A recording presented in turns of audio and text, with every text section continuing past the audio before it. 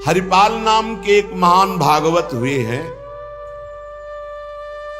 इन्होंने अपने गुरुजनों से पूछा कि भगवत प्राप्ति का सरल उपाय क्या है।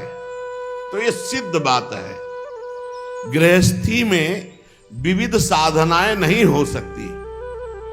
यम नियम आसन प्राणायाम प्रत्याहार ध्यान धारणा समाधि सब बड़े कठिन, ब्रह्म ज्ञान बड़ा कठिन। अरे गृह कारज नाना जंजाला ते अति दुर्गम शैल विशाला, यही सर आवत अति कठिनाई राम कृपा बिनु आए न जाए। घर गृहस्थी के इतने झंझट हैं, इतनी चिंताएं हैं कि वो बैठकर चित्र को परमात्मा में एकाग्र करे। कोई बहुत ही कृपा पात्र होगा साधु का, सो ऐसा कर रहा होगा, अन्यथा प्रपंच का चिंतन होता है। तो हरिपाल जी ने पूछा अपने गुरुदेव भगवान से कि भगवान की प्राप्ति का गृहस्थ में सहज में उपाय क्या है। कठिनता से तो बड़े उपाय वर्णन किए गए, सहज में भगवत प्राप्ति हो जाए। उनके गुरुदेव ने बताया संत सेवा। संत सेवा निश्चित भगवत प्राप्ति का उपाय, संत सेवा निश्चित। अच्छा, संत बड़े कृपालु, एक संत भगवान को पवा दो बड़ी श्रद्धा से, साधुता का जैसे सेवन किया जाता है।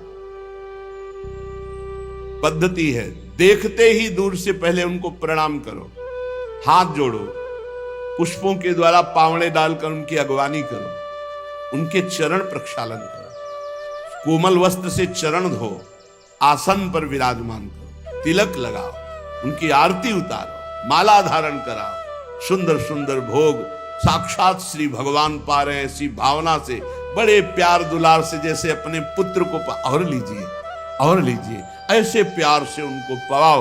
पाने के बाद उनको आचमन करा करके जो कुछ बने रूखा सूखा भेंट प्रणाम नमस्कार विदा करो। इसके बाद उनकी जूठन पाओ, चरणामृत पियो। देखो भगवान की प्राप्ति के लिए कैसे हृदय में व्याकुलता और कैसे भगवान की कृपा आती है।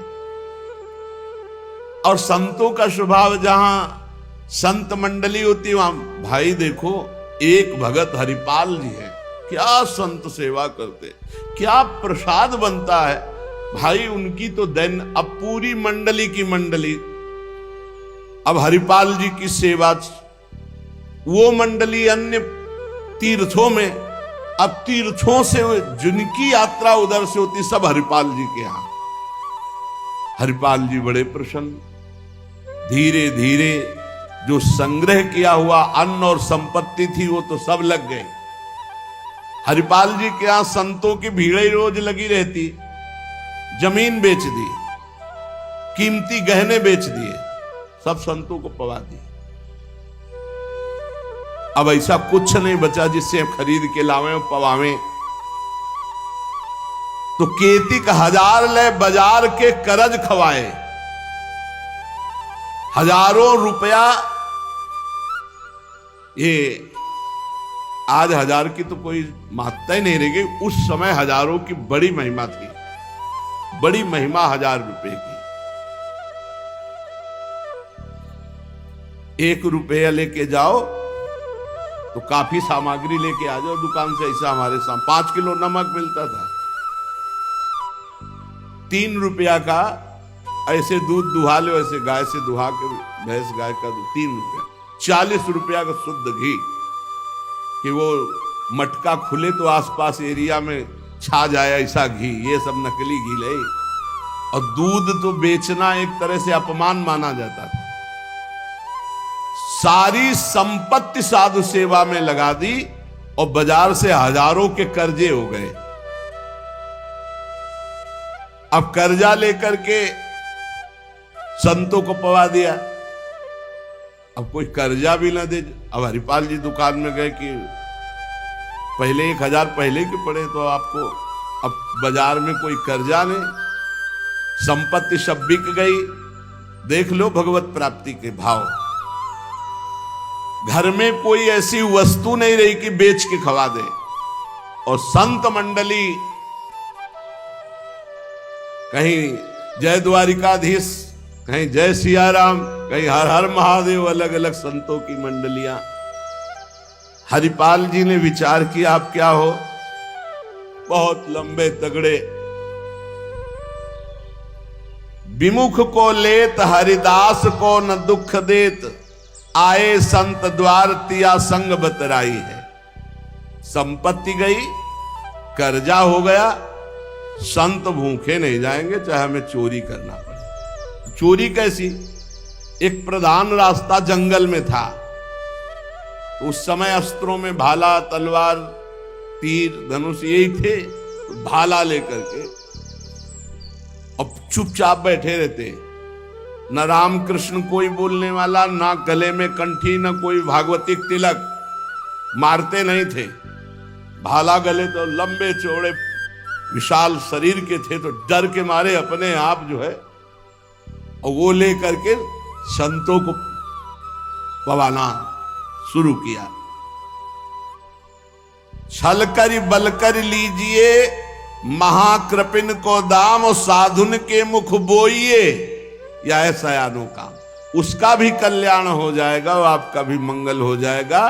साधुन के मुख में अच्छे अच्छे पदार्थ, तो वो धन धन्य हो गया। वो धन जिसका लिया उसका भी धन। लेकिन ये तब, पहले अपनी संपत्ति खर्चा कर डालो, बेईमानी नहीं। बाजार में कर्जा ले लो, जब उसके भी पटाने का रह जाए कि अब नहीं पट सकता और संत आए, तब ये उपाय है, पहले नहीं।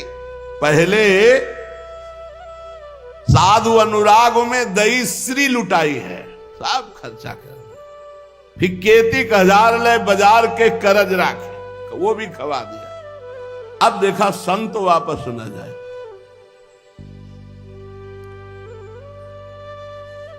अब उस मार्ग से जो अगर कोई निकलता हो, जहां भाला लेके निकलते हुए, अरे राम, हाथ जोड़ लेते।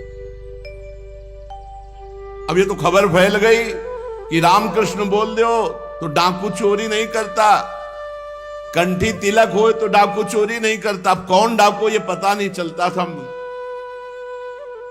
अब वहां जो निकले जंगल में तो शुरू से ही कोई श्री राम जय जय राम, कोई राधे राधे, कोई कृष्ण कृष्ण, और उतनी देर के लिए तिलक जरूर लगा लेते।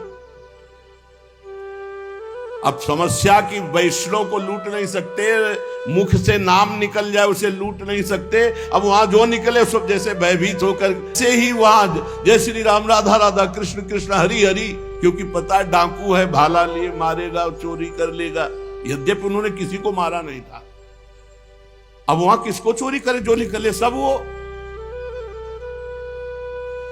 साधु मंडली आई, बड़ी सत्कार करना है, घर में कोई सामग्री नहीं और चोरी अब हो नहीं सकती, क्योंकि जंगल से जितने निकलते हैं सब कंठी तिलक और नाम जप।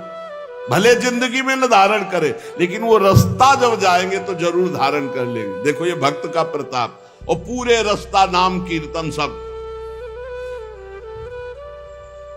हरिपाल जी अपनी पत्नी से कहा, आज तो बड़े भाग्य, इतने संत घर में पधारे, पर भोजन की तो कोई व्यवस्था ना बाजार से हो सकती है और ना हमारे पास कुछ रह गया है। पत्नी ने कहा, एक घर में दाना भी नहीं है, कैसे होगा अतिथि सत्कार? सब संत तो वापस चले जाएंगे भूखे, ये तो बहुत बड़ा अनर्थ हो जाएगा। हरिपाल जी ने कहा, देखो अड़ोस पड़ोस में मांग के। उनकी पत्नी जिस दरवाजे में जाती हो कहती, संत आए, बस शब्द ही सुनते दरवाजा बंद कर लेते, मांगने आए हैं। पहले कले गए, अभी वापस दिया नहीं, फिर मांगने आए। अब वापस पत्नी आ गई, हरिपाल जी से कहा, दाना नहीं मिला है। आपके व्यवहार का ऐसा प्रताप फैल गया है कि देखते ही दरवाजा बंद हो जाता है। हरिपाल जी ने कहा, भगवान ही का सहारा है, उन्हीं का स्मरण करते हैं। और अंदर ही अंदर की देखो, गुरुदेव भगवान ने कहा था साधु सेवा से भगवान की प्राप्ति होती हुई।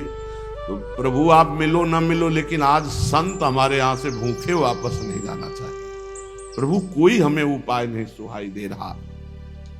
तो बैठे कृष्ण रुक्मिणी महल तहां सोच पर्यो, हरियो मन साधु सेवा, तो साहू रूप कियो है।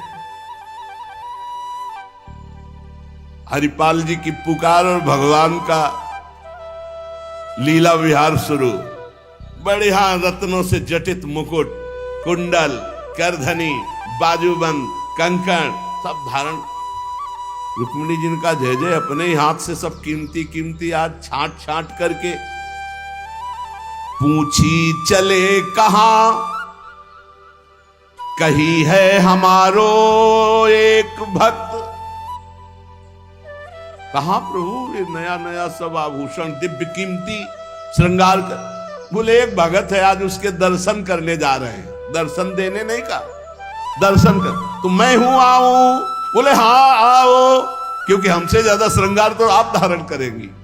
आओ आए जहां पूछ लियो है। रुक्मिणी जी ने कहा प्रभु जिन ऐसे महाभागवत के आप दर्शन करने जा रहे हैं, मैं भी दर्शन करने चाहिए। बोल बिल्कुल बिल्कुल, आज तो हम जरूर ले चलेंगे, पर देखो बढ़िया से बढ़िया पूरा श्रृंगार कर लो। रुक्मिणी जी ने और उन श्रृंगार, प्रभु से ज्यादा रुक्मिणी जी का श्रृंगार, वैसे भी पुरुष से ज्यादा श्रृंगार माताओं बहनों का होता है। उन्होंने देखा कि जब इतना महान भगत है कि प्रभु सब कीमती, तो और बढ़िया बढ़िया हार और सब। प्रभु और रुक्मिणी जी, प्रभु ने कहा एक बात है, कोई भी भगवत चर्चा नहीं करनी, कोई भी भगवत चिन्ह नहीं धारण करना। तो प्रभु ऐसे कैसे भक्त के पास जा रहे हो कि जो भगवत चिन्ह से विरोध करता है, भगवत चर्चा से विरोध करता है? बोले हम जो कहें वो मान लो। रास्ते में कोई भगवत चर्चा, कोई भगवत नाम, कोई भगवत चिन्ह, सब संसारी आभूषण सब।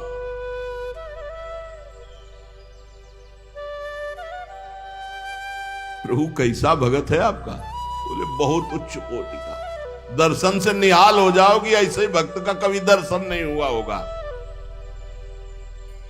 रुक्मिणी जी तैयार हुई, भगवान तैयार हुए और हरिपाल जी के द्वारे पे आए। अजू मग चलो जात बड़ो उत्पात मधि, को पहुंचावे देवो ले रुपया दियो है। करो समाधान संत मैं लिवाए जाऊं, इन्हें लाई वनमाज देखी बहुधन जियो है। भगवान स्वयं गए और हरिपाल जी को बुलवाया गांव के बाहर। और कहा भाई सुनो, सुनते हैं जंगल में कोई चोर लगता है, हम दोनों सेठ हैं, सेठ सेठाइन, ये ले स्वर्ण की एक मुहर, हमें पूरा रास्ता पार कर दो। भगवान जैसे मरते को पानी मिल जाए ऐसे ऐसे आपने संत मन में सोचा संत वापस चले जाएंगे। और गौर से देखा गले में कोई तुलसी नहीं, कोई भागवतिक चिन्ह नहीं, और मार पूरा सब श्रृंगार से। बोले भगवान आज तो बरस पड़े, आज खूब संत सेवा होगी। बोले मुहर देव या न देव, हम आपको पार कर देंगे जंगल में। जगत रूपी जंगल से पार करने वाले भगवान को हरिपाल जी कह रहे हम पार कर देंगे आपको, क्योंकि नजर गई ना एक से एक कीमती रत्न। बोले महीनों संत सेवा चलेगी। हरिपाल जी से बातचीत कर रहे कि कहीं शंका ना हो जाए। बोले अमुक शहर जा रहा हूं, हमारा बड़ा व्यापार चलता है, तुमको 1 रुपया तो देंगे ही, पर सुरक्षित हमें पहुंचा दो। ये ले। वो दौड़ करके कहा बस रुको, अपनी पत्नी से कहा 1 रुपया का जाओ, स्वर्ण का है, कुछ जलपान लाओ, संतों को पवा, भोजन की व्यवस्था रास्ते में हम कर लेंगे। बाल भोग कराओ। संतों का समाधान बाल भोग कराओ। राजभोग की व्यवस्था में भी सेठ सेठाइन हैं, बड़े भोले हैं, बड़े प्रसन्न हुए, मानो प्राणों का संचार आ गया संत सेवा में।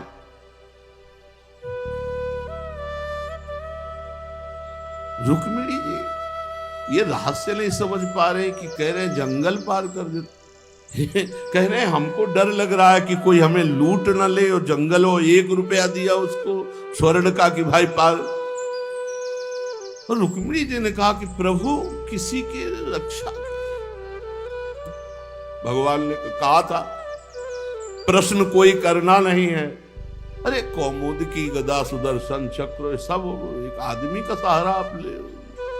रुक्मिणी जी ने प्रभु आप काम कहा था, बातें करो व्यापार की, इधर उधर के सुदर्शन चक्र के लिए कौमुदी की गदा व्यापार, रुपया पैसा हार हीरा जवाहरात इनकी बातें करो। गौर से फिर देखा कि कहीं कोई भागवतिक लक्षण देखे जो निहारी, माला तिलक ना सदाचार। बड़े खुश हुए, होएंगे भंडार जो पे धन ही तो लायो है।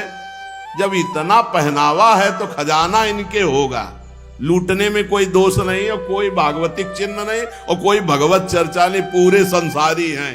और ये छीन करके हम संत भोजन कराएंगे तो इनका भी मंगल हो जाएगा।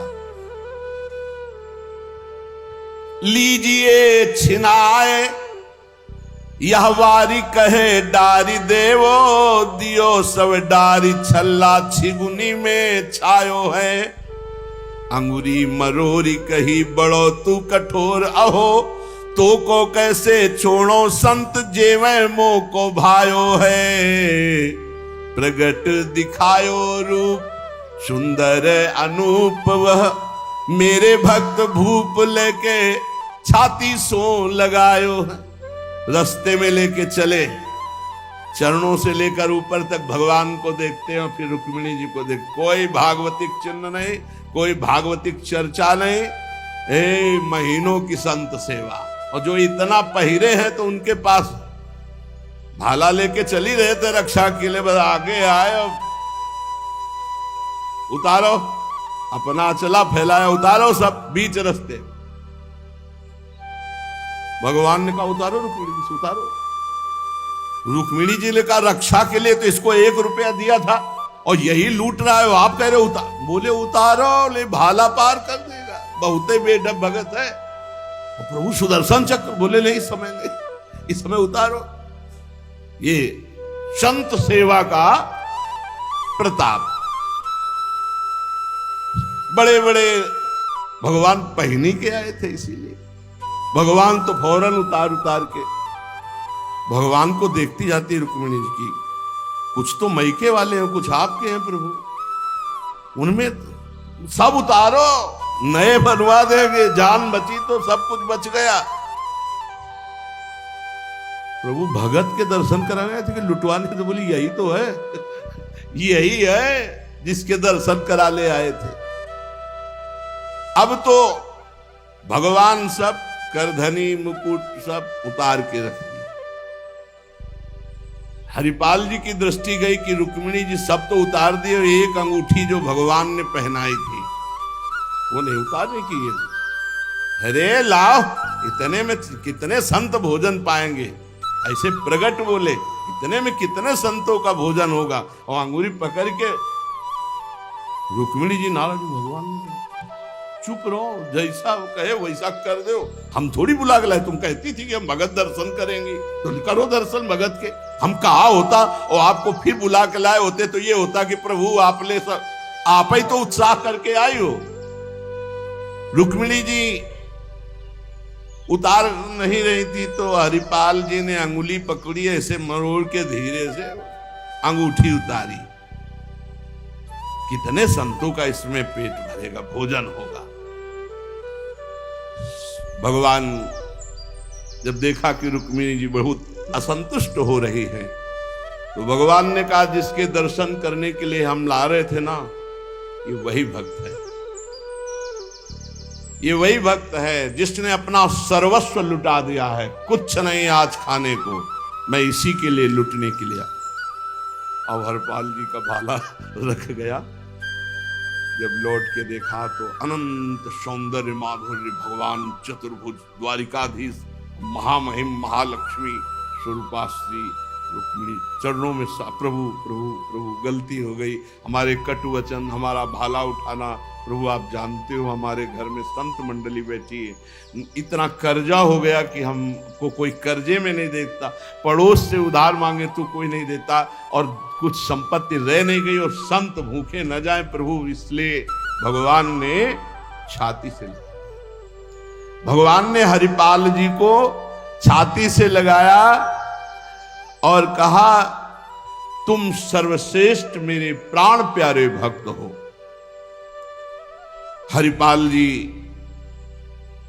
भगवान से कह रहे कि प्रभु जैसे हमें संत प्राण प्यारे हैं उनसे अधिक आप प्राण प्यारे हो, प्रभु मैं कैसे लूं? तो भगवान ने कहा देखो हम लाए इसी, ये लक्ष्मी ले जाओ,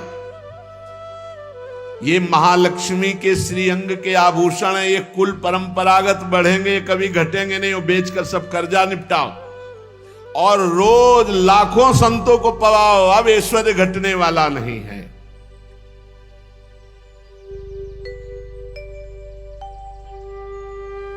भगवान से कहा प्रभु ये घटना किसी से मत कहना, नहीं तो सब भक्त जो है यही कहेंगे कि इतना दुलार भगवान को किया जाता है, भक्तजन करते हो ये भाला दिखा के लूट लिया।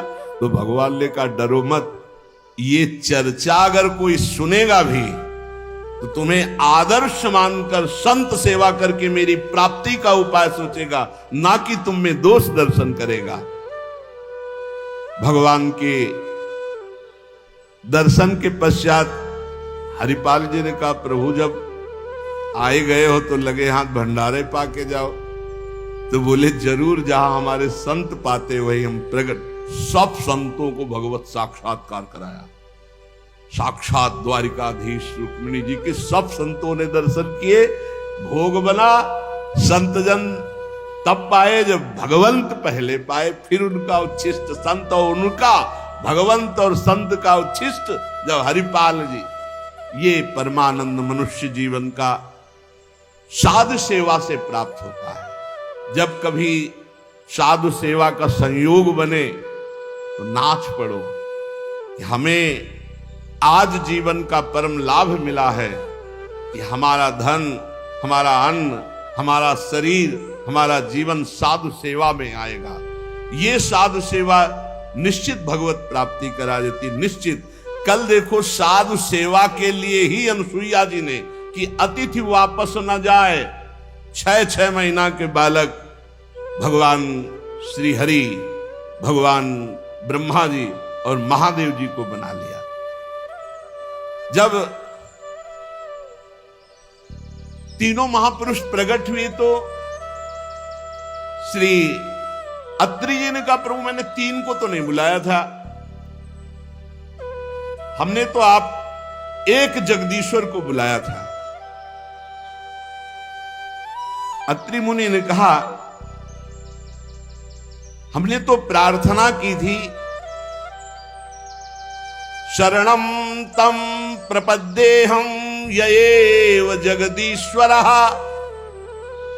प्रजामात्म समाम मह्यम प्रयच्छत्विति चिंतयन्।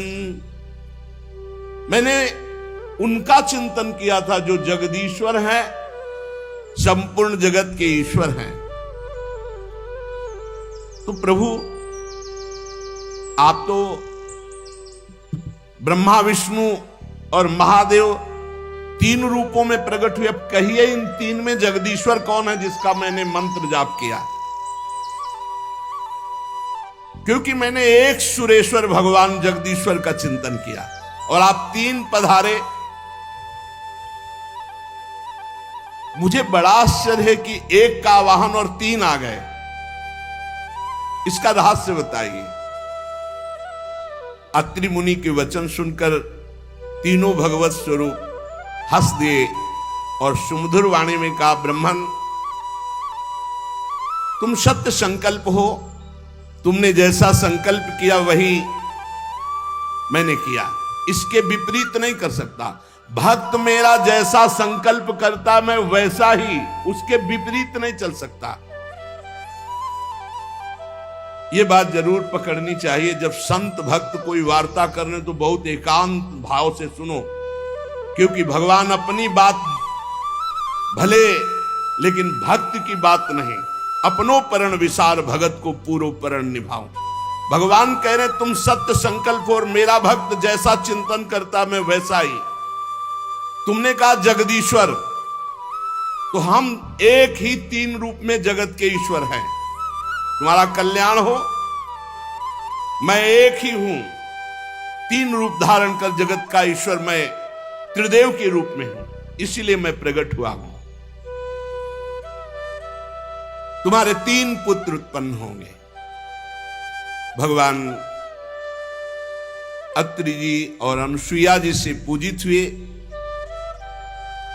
और तीन पुत्र रूप में ब्रह्मा जी के अंश से चंद्रमा मुनि, भगवान विष्णु के श्रीहरि के अंश से योगवेत्ता अवधूत शिरोमणि दत्तात्रेय जी और महादेव जी के अंश से महर्षि दुर्वासा जी, ये पुत्र रूप में प्राप्त हुए। अब अंगिरा ऋषि की संतानों का वर्णन।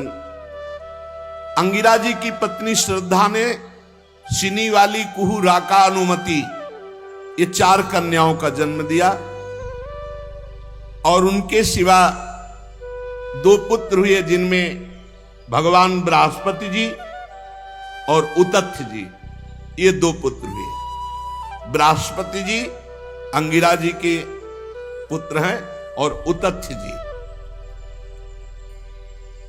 पुलस्त्य जी की उनकी पत्नी हविर्भू से महर्षि महामहिम अगस्त ऋषि प्रकट हुए और दूसरे पुत्र हुए विश्रवा। पुलस्त्य ऋषि के दो पुत्र हुए, अगस्त ऋषि और विश्रवा। विश्रवा मुनि के इड़विड़ा के गर्भ से भगवान कुबेर का जन्म हुआ और इन्हीं विश्रवा की दूसरी पत्नी केसनी से रावण, कुंभकर्ण, विभीषण, इनका जन्म हुआ। महर्षि पुलह की स्त्री परम साध्वी गति से कर्म श्रेष्ठ वरीयान और सहिष्णु, ये पुत्र हुए। क्रतु की पत्नी क्रिया ने ब्रह्म तेज से देदीप्यमान वालखिल्य आदि 60,000 ऋषियों का जन्म दिया। 60,000 ऋषि वालखिल्य। शत्रुतापन विदुर जी वशिष्ठ जी की पत्नी अरुंधति से चित्रकेतु, सुरोचि, विरजा, मित्र, उल्बण, वसुभृद्यान और द्विमान, और वशिष्ठ जी से शक्ति आदि कई पुत्र उत्पन्न हुए। अथर्वा मुनि की पत्नी से महान महिमा में दधीच ऋषि प्रकट हुए, जिनका दूसरा नाम अश्वशिरा। भृगु जी ने अपनी भार्या ख्याति से धाता और विधाता नाम के दो पुत्र प्रकट किए और श्री नाम की एक भगवत परायण कन्या। मेरु ऋषि ने अपनी आयाति और नियति नाम की कन्याएं धाता और विधाता को ब्याही। उनसे मृकंड ऋषि और प्राण ऋषि प्रकट हुए। मृकंड से ही मार्कंडेय ऋषि प्रकट हुए और प्राण मुनि से वेद शिरा का जन्म हुआ। और भृगु जी के एक कवि नामक पुत्र थे, उनसे भगवान शुक्राचार्य जी प्रकट हुए। विदुर जी, इन महामुनीश्वरों को जो प्रकट होने का वर्णन सुनाया गया, इनके सुनने मात्र से तत्काल पाप नष्ट हो जाते हैं, इन ब्रह्म ऋषियों के प्रादुर्भाव का। ब्रह्मा जी के पुत्र दक्ष प्रजापति ने मनुनंदनी प्रसूति से विवाह किया। उनसे 16 कन्याएं उत्पन्न की।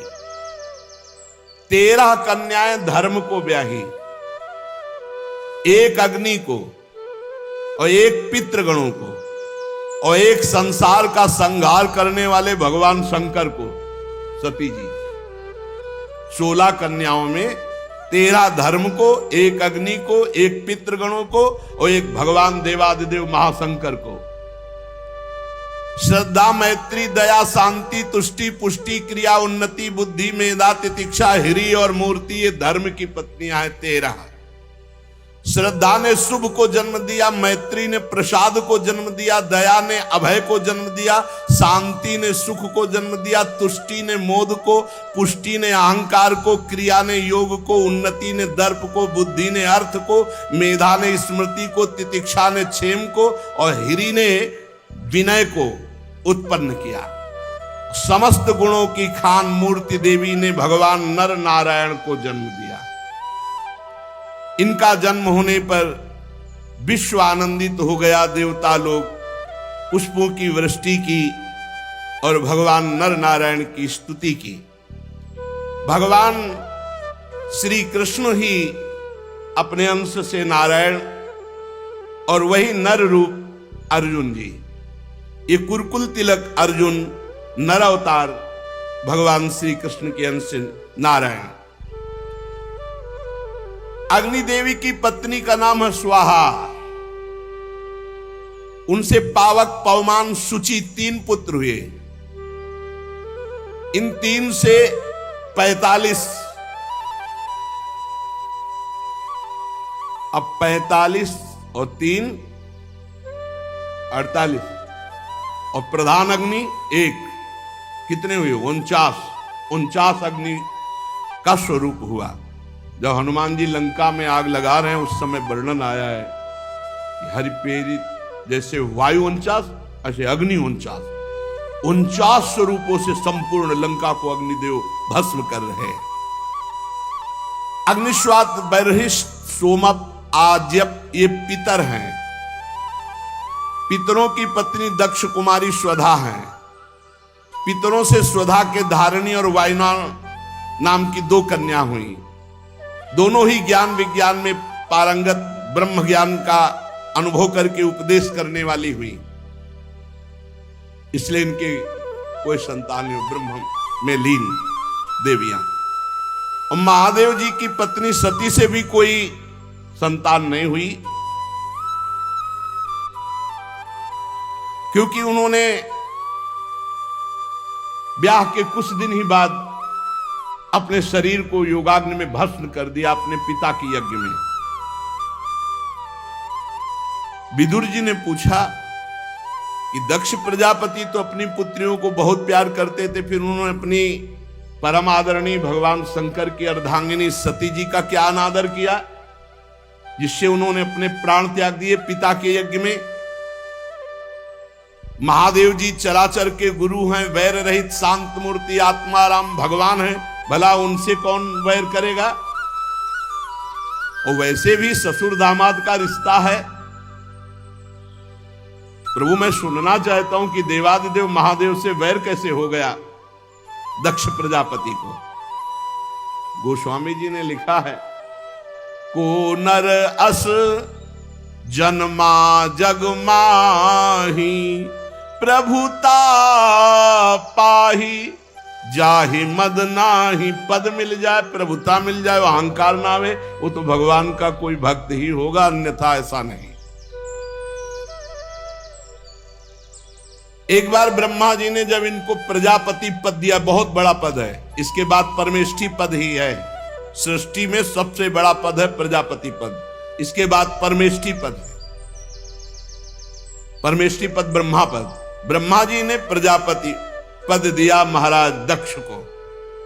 बड़े बड़े ऋषि मुनि देवता अग्नि सब लोकपाल सभा में आए। जब सब बैठे हुए थे सभा में, तो दक्ष प्रजापति वहां पधारे।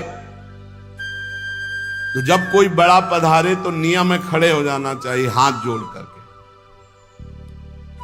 तेज सूर्य के समान गर्व प्रजापति हूं, बड़ी मस्ती से सभा में पधारे, सब खड़े हो गए। ब्रह्मा जी महादेव दो नहीं खड़े हुए, वो हरि गए नहीं थे, सब खड़े हो गए, बड़े बड़े लोकपाल, देवता, यक्ष, गंधर्व सब, और भी सबने प्रणाम किया दक्ष। दृष्टि गई, खड़ा कौन नहीं होते, दो, ब्रह्मा जी और महादेव। ब्रह्मा जी को देखा तो हाथ जोड़कर प्रणाम किया, क्योंकि परमेष्ठी पद पे है। और जब महादेव जी के देखा तो ना तो देख रहे थे ना सुन रहे थे, बस आंख मूंदे बैठे थे। सभा में बुलाए गए थे तो बैठे थे, अनुचर भी बैठे थे महादेव के। दक्ष का पारा चढ़ गया कि मैं प्रजापति हूं और इस असुर भी हूं। ना खड़ा हुआ, ना हाथ जोड़ा, ना प्रणाम किया। ये नहीं जान रहे कि ससुर किसके हो। अब ससुर जी समझ ही नहीं पाए, बहुत गड़बड़ हो रहा है। क्रोधाग्नि और भगवान शिव को कटवचन बोलने लगे। यही अहंकार पद का है। भगवान के ससुर जी हैं भाई, शिव जी के ससुर जी हैं। दक्ष ने कहा, देवताओं, सभासदों, लोकपालों, मेरी बात समझो। मैं कोई नासमझी से नहीं कह रहा हूं, बिल्कुल नासमझी से बोल रहे हैं। मैं कोई द्वेष से नहीं कर रहा हूं, बिल्कुल द्वेष से बोल रहे हैं। दक्ष जी ने सफाई पेश की। उसे बहुत बड़ा कठोर शब्द बोला, ये अहंकार कुछ भी करवा सकता है। इस समय बुद्धि खराब है दक्ष की, खराब मशीन जो है बहुत धुआं फेंकती है। ये बहुत द्वेष का धुआं निकल रहा है, अहंकार आ गया। रो के चरण पकड़ के जब सती जी का पाणी ग्रहण किया था ना, तो कहा था, प्रभु कहां मैं और कहां मेरी पुत्री और कहां आप स्वीकार कर रहे हैं, ये हमारा अहोभाग्य है। और ऐसा ही है भैया, बहुते गलत बोल रहे। गुस्सा में है तो बोल रहे, अहंकार है तो बोल रहे हैं।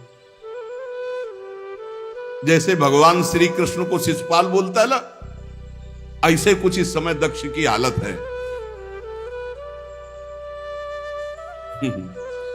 गृहीत्वा मृग सावाक्ष्याः पाणिं मर्कटलोचनः प्रत्युत्थानाभिवादार्हे वाचाप्यकृत नोचितम।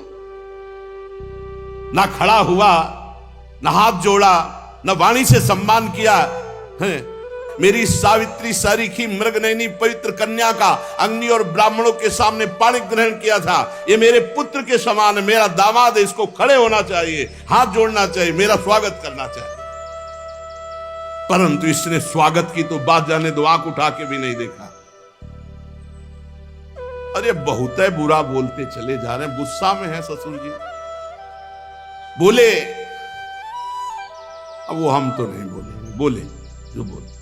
तभी तो फिर भगवान आगे जो लीला है ना, गर्दन मरोड़ के और बकरे के लगाए, सुकुमारी कन्या का मैंने दान के आगे वाले हम शब्द छोड़ दिए।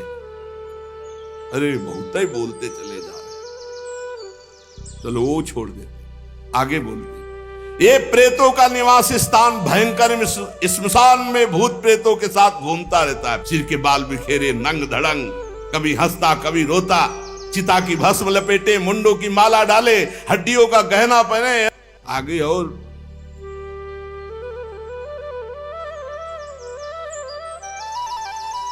मैंने ब्रह्मा जी के बहकावे में आकर अपनी पुत्री इसको दे दी, कभी नहीं देता इसको। दक्ष ने कहा, और तो सब छोड़ दिया। अरे जे ही ऐसा बोले तो भगवान शंकर के पार्षद वहां बैठे हुए थे, नंदेश्वर, और एक से एक तेजस्वी। अब दक्ष से कहा, बस चुप, अब अगला शब्द मत निकालना, मेरे स्वामी शांत बैठे हैं। अब तो और दक्ष को कि उनके पार्षद उंगली दिखा के रोक, हाथ में जल लिया दक्ष ने। देखो कोई अपराध शिव का नहीं, शांत बैठे भगवान शिव। अभी तक एक शब्द नहीं बोला, देखा भी नहीं, हाथ में जल लिया और शाप देने के लिए, दंड देने के लिए भगवान शिव के तैयार हो गए और कहा, ये महादेव बहुत गलत बोले, कड़ुआ बोले। साफ देवता साफ देखे, आज मैं इसे साफ देता हूं, आज के बाद किसी भी यज्ञ में महादेव का कोई भाग नहीं होगा। बहुत हाहाकार मच गया, ये क्या बोल दिया, साप दे दिया। भगवान शंकर के अनुयायी नंदकेश्वर ने कहा, ए सुन दक्ष, तू क्या समझता है मेरे स्वामी शांत बैठे हैं, तो तू जो चाहे वो बोल दे। और कहा, दक्ष तुझे अहंकार है कि तू प्रजापति है, और ये सब ब्रह्म ऋषि तेरा अनुमोदन कर रहे हैं, हंस रहे हैं, दांत दिखा रहे हैं। मैं भयंकर श्राप देता हूं कि इनकी बुद्धि भ्रष्ट हो जाए, देहाभिमानी बन जाए। ये शंकर का द्रोह करने वाले जितने यहां बैठे, सब अज्ञान को प्राप्त हो जाए, ब्रह्मबोध की विस्मृति हो जाए, सब देहाभिमानी हो जाए, और किसी को भी बिना शंकर की आराधना के तत्वबोध न हो। ये पक्का पक्का। ये सब विवेक भ्रष्ट हो जाएं, जितने मुस्कुराए दक्ष की सभा में। ये केवल वेद वाक्य, अर्थवाक्य, तत्व को ना जानने वाले और विषय भोग की प्रबल इच्छा में केवल भोगों में रमण करने वाले, इनकी बुद्धि देहात्म भाव चिंतन करने वाली हो जाए, इनका आत्मस्वरूप बोध विस्मृत हो जाए, ये पशु के समान हो जाए। और ये दक्ष जो बोल के गया मेरे स्वामी के लिए, ये स्त्री लंपट, इसका मुख बकरे का हो जाए। जा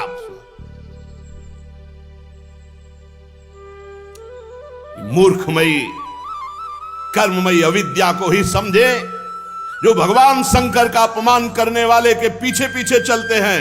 इन सब का जन्म मरण चक्र में बार बार जन्मना मरना हो, जो ब्रह्म विद्या मुक्त देने वाली वो उनकी विस्मृत हो जाए। शंकर द्रोही कर्मजाल में फंसकर दुर्गति को प्राप्त हो, और ये भोग के गुलाम, इंद्रियों के गुलाम, मन के गुलाम बनकर केवल रसेंद्रियों जनेंद्रिय की भोग में भटके, ऐसा मैं साथ देता हूं। नंदकेश्वर से ये जो ब्रह्म ऋषियों के लिए श्राप हुआ, हाहाकार मच गया, क्योंकि कट नहीं सकता सांप, उधर का भी नहीं और इधर का भी नहीं, दोनों महान। अब ब्रह्म ऋषि खड़े हो गए पले पले कमंडल का जल लेके, भैया बड़ा बवाल बच गया। भवव्रत धरा ये च तान समनुव्रता पाखंडिनस्ते भवंती सत्शास्त्र परिपंथिना नष्ट शौचा मूढ़धियो जटा भस्मास्थि धारिणा विसंतु शिव दीक्षायाम यत्र दैवम सुरासवम। ब्रह्मे ब्राह्मणाश्च यद्यूयम परिनिंदत सेतुम विधारणाम पुंसा मता पाखंड माश्रिता। वो सब अपने अपने कमंडल, बड़ा जोर था कमंडलों में, ऐसा श्राप दिया जिसका अर्थ क्या वर्णन करें। अब तो इधर शिवगण, उधर ब्रह्म ऋषि अपने अपने। भगवान शिव ने देखा यहां तो बड़ा अमंगल हो रहा है। अब भगवान शंकर ने पूरी सभा की ओर देखा, सर झुकाया, चल दी अपने मस्ती में। गंगा यमुना के संगम में यज्ञान स्नान हुआ, जैसा बना यज्ञ हुआ, सब लोग अपने अपने स्थान को गए। भगवान शंकर समाधि शांत, कोई भी किसी भी तरह की हलचल उनके चित्त में नहीं। लेकिन द्वेष से भरा हुआ दक्ष एक बड़ी यज्ञ किया भगवान शिव का अपमान करने के लिए, कि जिसमें शिव का भाग ही नहीं दिया जाएगा। सो आगे चर्चा करेंगे। श्री राधा वल्लभ लाल की।